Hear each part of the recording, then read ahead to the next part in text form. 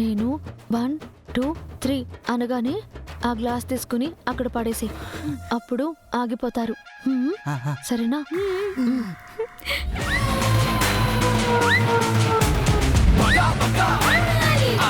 ఇవ్వు. Thank you.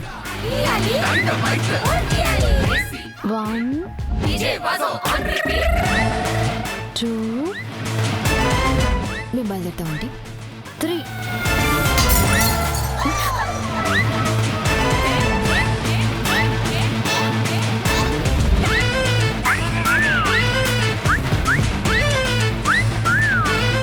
అరేరే, శుభమా అని బయలుదేరుతుంటే glass పగలటం అశుభం. అదేదో బై మిస్టేక్ లో జారిందిలే ప్రీతి. రుద్ర కాస్త ఫ్రీగా ఉన్నప్పుడే సైడ్ చూడడం మంచిది.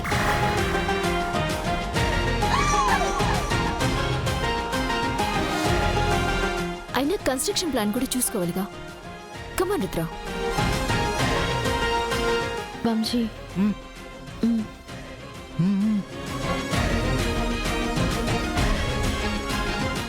ఏంటి? శివకి యాక్సిడెంట్ అయ్యిందా?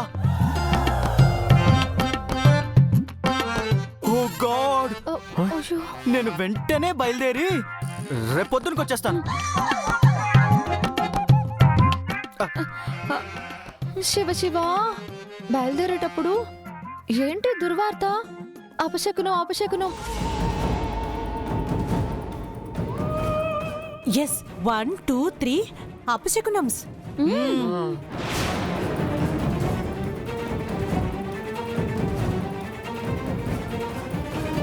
వరుస విఘ్నాలు రావడం మంచిది కాదు. పారు, రేపు వెళ్ళండి. ఒక మంచి పని ప్రారంభించేటప్పుడు మంచి సమయం కూడా చూసుకోవాలి.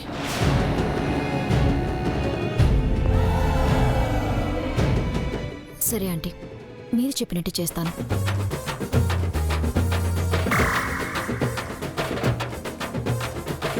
రుద్ర, మనం రేపు వెళ్దాం. ఏం వర్క్స్ పెట్టుకోకు. బాయ్. బాయ్ రుద్ర.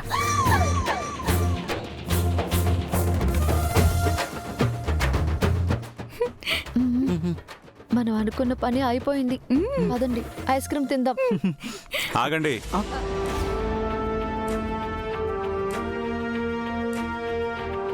ఏంటి మ్యాటరు? ఏం లేదు. అందరూ ఒకే మాట మీద ఉన్నట్టున్నారు. అదేం లేదు. ఏంట్రా, నీకు నిజంగానే తుమ్మొచ్చిందా?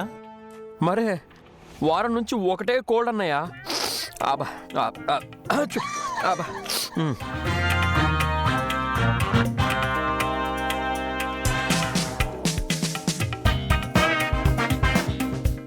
ఏరా, నిజంగానే నీ ఫ్రెండ్కి యాక్సిడెంట్ అయిందా? అవును. కాదు, మర్చిపోయాను.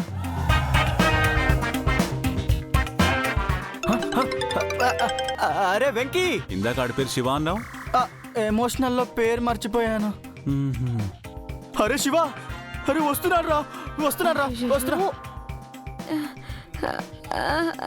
వదినా, రేపు నాకు ఎగ్జామ్ ఉంది, నేను చదువుకోవాలి. ఏంటి, నువ్వేమైనా గ్యాంగ్ లీడర్ అనుకుంటున్నావా? నీ డ్రామాలన్నీ నాకు తెలుసు. అయ్యో రామ రామ రామా, నేను డ్రామానా? మరీ అంత ఓవర్ యాక్షన్ చేయకు. ఇంకొక్కసారి ఇలాంటి తింగర పనులు చేసినా చేయించినా ఏం చేస్తానో నాకు తెలీదు. ఉండండి, మీకు కాఫీ తీసుకొస్తాను.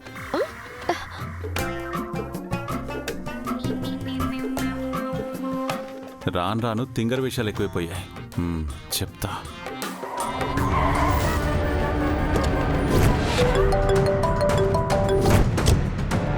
హలో. ఏంటి పారు, రుద్రబాబు గారు నీతో క్లోజ్గా మూవ్ అవుతున్నారా లేదా? నో ఇషిక.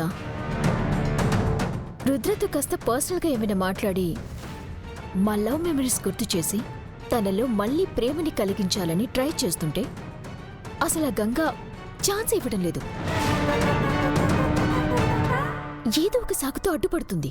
నువ్విలా వచ్చి అలా పలకరించి వెళ్ళిపోతే రుద్రాని నీ వైపుకు తిప్పుకోవడం కుదరదు పారు.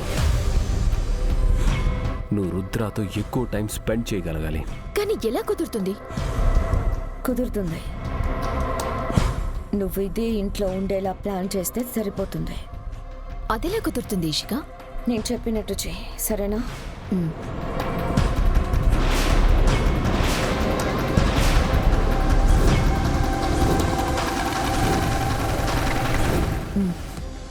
Okay, I got it.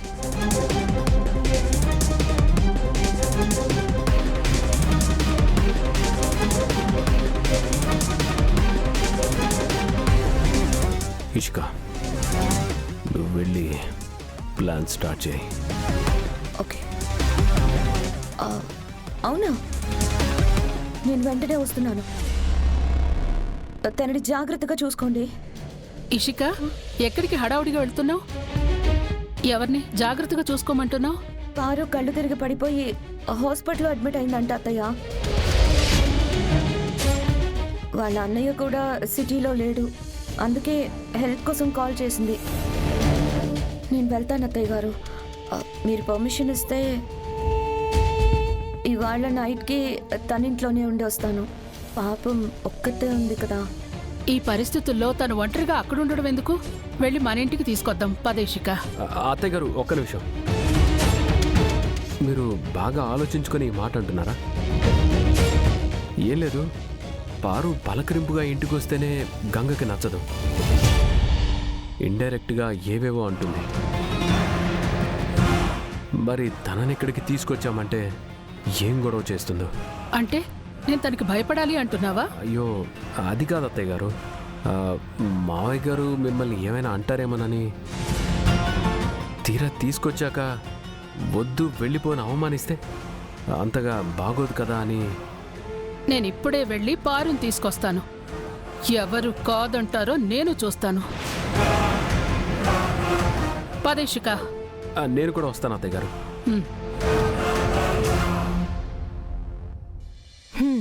మొత్తానికి నానా తంటాలు పడి ఆ పారుని ఇంట్లో నుంచి పంపించేసావన్నమాట. మరి నా కళ్ళ ముందే రుద్రసరికి సైట్ కొడుతుందా?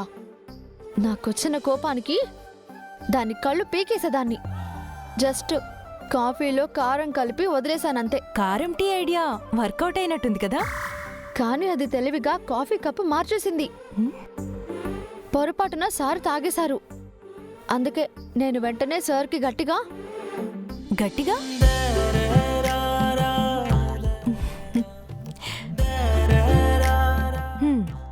నీ దెబ్బకి పారు చచ్చినా రాదు.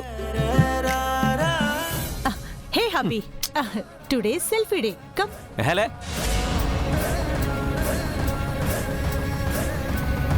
హే పారు బేబీ, వాట్ హ్యాపెన్?